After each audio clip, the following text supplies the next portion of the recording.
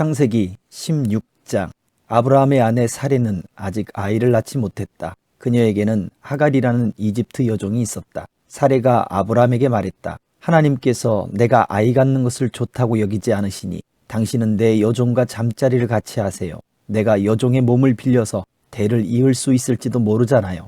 아브라함은 사레의 말을 따르기로 했다. 그리하여 아브라함의 아내 사레는 자신의 이집트 여종 하갈을 데려다가 자기 남편 아브라함에게 아내로 주었다. 이것은 아브라함이 가나안 땅에 산 지 10년이 지난 뒤의 일이었다. 그가 하갈과 잠자리를 같이 하자 하갈이 임신을 했다. 하갈은 자신이 임신한 것을 알고 자신의 여주인을 업신여겼다. 사레가 아브라함에게 말했다. 내가 이런 능욕을 당하는 것은 다 당신 책임이에요. 내가 내 여종을 당신과 잠자리를 같이 하도록 했건만 그 종이 자기가 임신한 것을 알고서 나를 업신여기지 뭐예요. 하나님께서 우리 중에 누가 옳은지 결정해 주시면 좋겠어요. 아브라함이 말했다. 당신이 결정하구려. 당신 종은 당신 소관이잖소. 사레가 하갈을 학대하자 하갈이 달아났다. 하나님의 천사가 광야의 샘 곁에서 하갈을 발견했다. 그 샘은 수르로 가는 길가에 있었다. 천사가 말했다. 사레의 여종 하갈아, 여기서 무엇을 하고 있느냐? 하갈이 대답했다. 내 여주인 사레에게서 도망치는 중입니다. 하나님의 천사가 말했다. 네 여주인에게로 돌아가거라. 그녀의 학대를 참아내어라. 천사가 계속해서 말했다. 내가 네게 큰 민족, 셀 수 없을 만큼 많은 자손을 주겠다. 네가 임신했으니 아들을 낳을 것이다. 너는 그 이름을 이스마엘이라 하여라. 하나님께서 내 소리를 듣고 응답하셨다. 그는 날뛰는 야생마처럼 될 것이다. 남과 맞서 싸우고 남도 그와 맞서 싸울 것이다. 그는 늘 문제를 일으키며 자기 가족과도 사이가 좋지 못할 것이다. 하갈이 자신에게 말씀하신 하나님께 기도하며 나를 보시는 하나님이라고 불렀다. 그래, 그분께서 나를 보셨고 나도 그분을 배웠다. 그래서 광야의 그 샘도 나를 보시는 살아계신 하나님의 샘이라고 부르게 되었다. 그 샘은 지금도 가데스와 베렛 사이에 그대로 있다. 하갈이 아브라함에게서 아들을 낳았다. 아브라함이 그 아이의 이름을 이스마엘이라고 했다. 하갈이 아브라함의 아들 이스마엘을 낳았을 때에 아브라함은 86살이었다. 17장.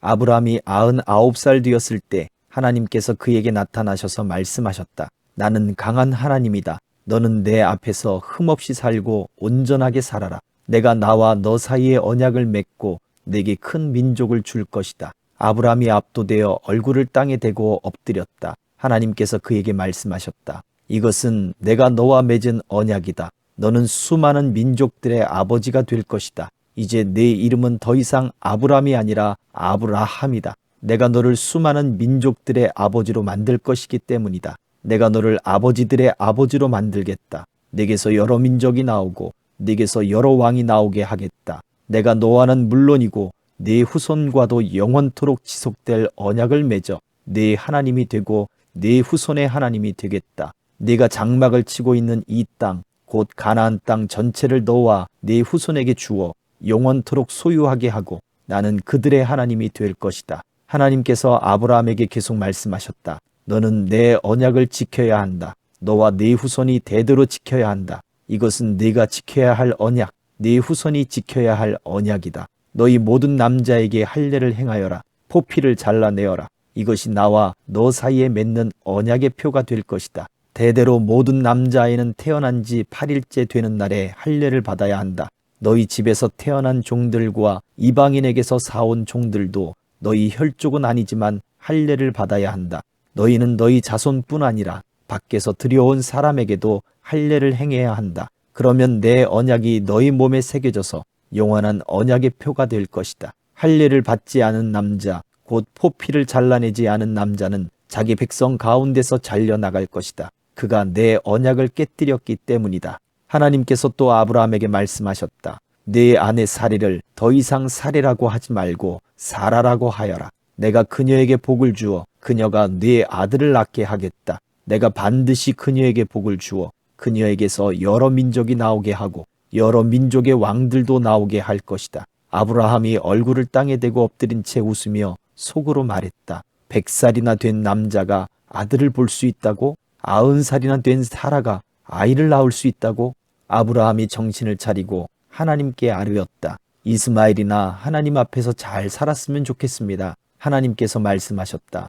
내 말은 그런 뜻이 아니다. 네 아내 사라가 아들을 낳을 것이다. 너는 그 아이의 이름을 이삭이라고 하여라. 내가 그와는 물론이고 그의 후손과도 영원한 언약을 맺을 것이다. 이스마엘 말이냐? 네가 그를 위해 기도하는 것을 내가 들었다. 내가 그에게도 복을 주어 많은 자식을 낳아 큰 민족을 이루게 하겠다. 그는 12 지도자의 아버지가 될 것이다. 내가 그를 큰 민족이 되게 하겠다. 그러나 나는 내년 이맘때 사라가 낳을 네 아들 이삭과 언약을 맺을 것이다. 하나님께서 아브라함과 말씀을 마치고 떠나가셨다. 그날 아브라함은 자기 아들 이스마엘과 집에서 태어난 종과 돈을 주고 사온 모든 종, 곧 자기 집안의 모든 남자를 데려다가 하나님께서 말씀하신 대로 그들의 포피를 잘라내어 할례를 행했다. 아브라함이 할례를 받을 때 그의 나이는 99살이었고 그의 아들 이스마엘이 할례를 받을 때 그의 나이는 13살이었다. 아브라함과 이스마엘이 같은 날에 할례를 받았고 그의 집안에 있는 모든 종도 그날에 할례를 받았다. 집에서 태어난 종과 돈을 주고 이방인에게서 사온 종이 모두 아브라함과 함께 할례를 받았다. 18장.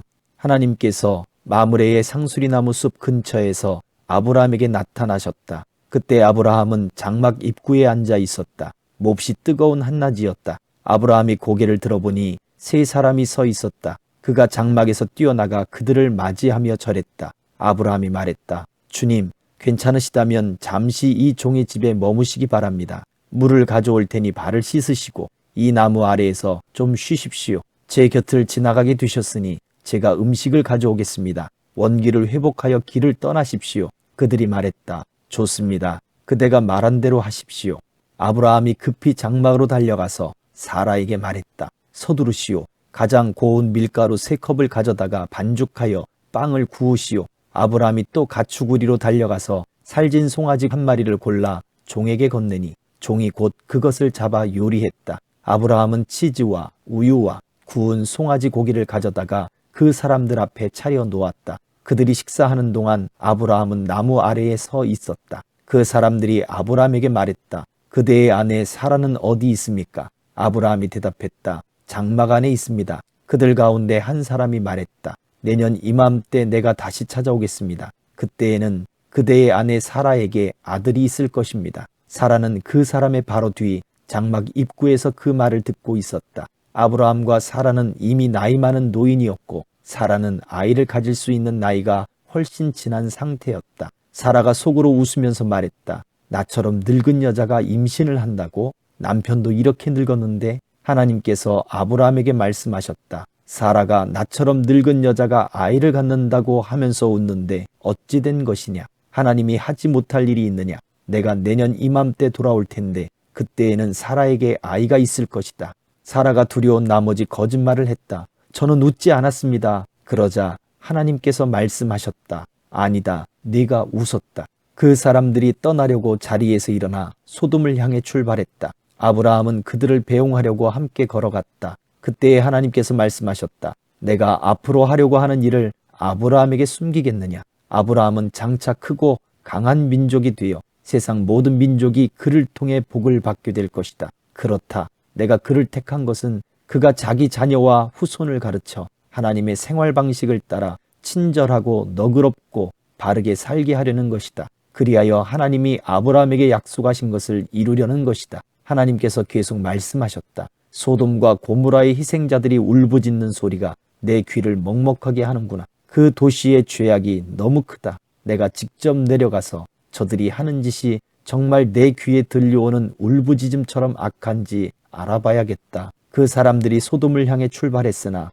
아브라함은 하나님의 길에 서서 그 길을 가로막았다. 아브라함이 하나님을 대면하여 아뢰었다. 진심이십니까? 죄 없는 사람들을 악한 사람들과 함께 쓸어버릴 작정이십니까? 그 도시에 의인 50명이 있다면 어떻게 하시겠습니까? 죄 없는 사람들을 악한 사람들과 함께 쓸어버리시겠습니까? 의인 50명을 봐서라도 그 도시를 용서하지 않으시렵니까? 저는 주께서 의인과 악인을 구별하지 않고 죽이실 것이라고는 생각하지 않습니다. 세상을 심판하시는 분께서 공정하게 심판하셔야 하지 않겠습니까? 하나님께서 말씀하셨다. 소돔에 의인 50명이 있으면 내가 그들을 봐서 그 도시를 용서하겠다. 아브라함이 다시 아뢰었다. 한 줌 흙에 지나지 않는 제가 감히 주께 말씀드립니다. 50명에서 5명이 모자라면 어떻게 하시겠습니까? 5명이 모자란다는 이유로 그 도시를 멸하시겠습니까? 하나님께서 말씀하셨다. 45명이 있으면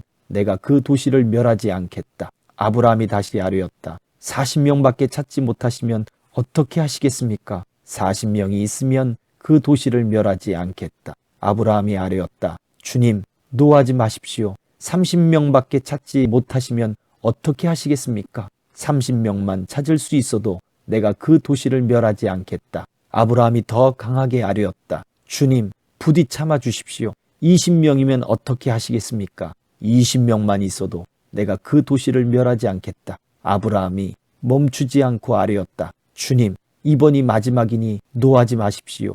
10명밖에 찾지 못하시면 어떻게 하시겠습니까? 그 10명을 봐서라도 내가 그 도시를 멸하지 않겠다. 하나님께서 아브라함과 말씀을 마치고 떠나가셨다. 아브라함은 집으로 돌아갔다. 아멘.